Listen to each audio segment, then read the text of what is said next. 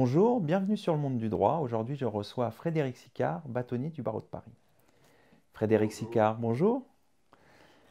L'actualité, c'est la rentrée du barreau de Paris. C'est un moment important de la vie du barreau. Comment s'annonce-t-elle? Alors très européenne. Ce sera avec une intervention de Mme Anne Hidalgo au cœur de l'Europe, mais surtout Pierre Moscovici. Vous savez qu'il est au cœur des réformes fiscales, donc nous allons pouvoir l'interroger et lui parler du rôle de l'avocat. Ce sera une rentrée très européenne, avec beaucoup de travail. Nous allons essayer de souder les 8 représentations permanentes des États qui restent dans l'Union européenne pour créer une véritable politique européenne sur les années à venir. Donc je crains que nous ne soyons sur une piste qui soit celle du chemin du droit européen. Je m'en réjouis.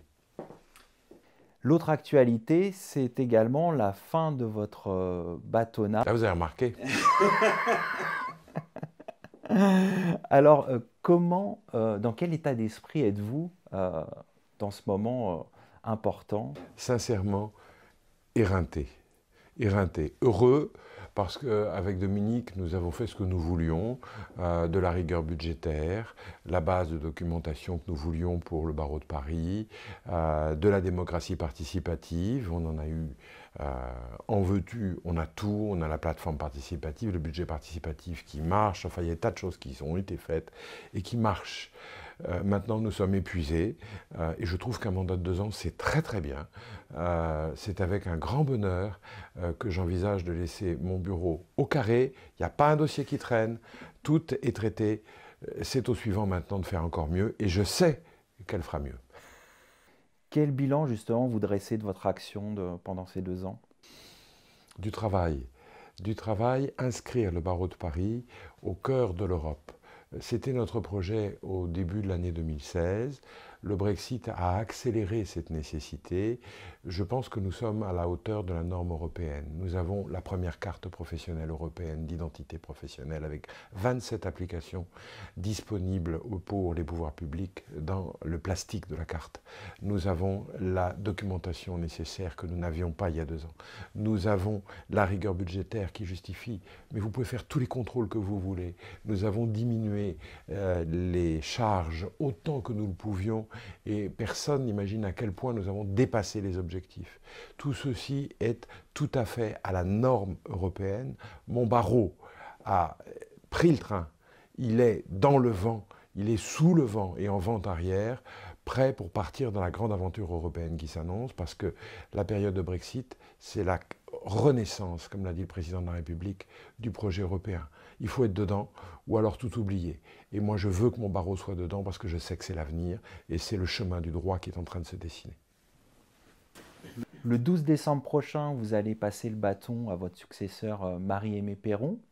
Que lui souhaitez-vous? Ce sera le 220e bâtonnier de Paris, c'est elle qui va nous mettre à l'heure du numérique voulu par le président de la République, avec par contre une limite morale. Une femme et un homme ne peuvent être défendus, ne peuvent être jugés que par une femme ou un homme. Le robot doit prendre toute sa place, mais rien que sa place et pas au-delà.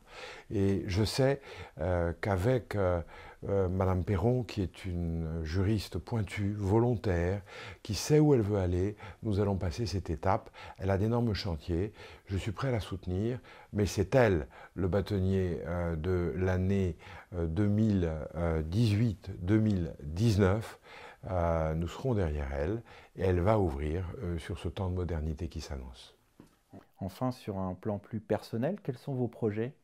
Alors, si vous saviez, aller me reposer une 8aine de jours, reprendre mon cabinet pour pouvoir retrouver mes clients parce que j'ai le cœur avocat et ça, au bout de 2 ans, je peux vous le dire, ça manque, j'ai besoin de travailler. Et puis, troisièmement, être un bon ancien bâtonnier. Vous savez ce que c'est qu'un bon ancien bâtonnier?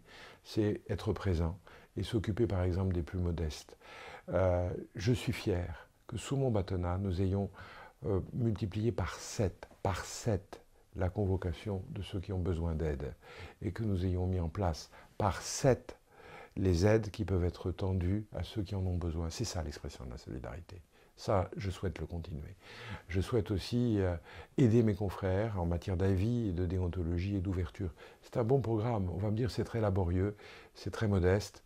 Moi, je vous répondrai, c'est l'honneur même des antiques romains, de considérer qu'il n'y a rien d'humble ni de modeste. Moi, ce que je veux, c'est continuer à aider les plus faibles.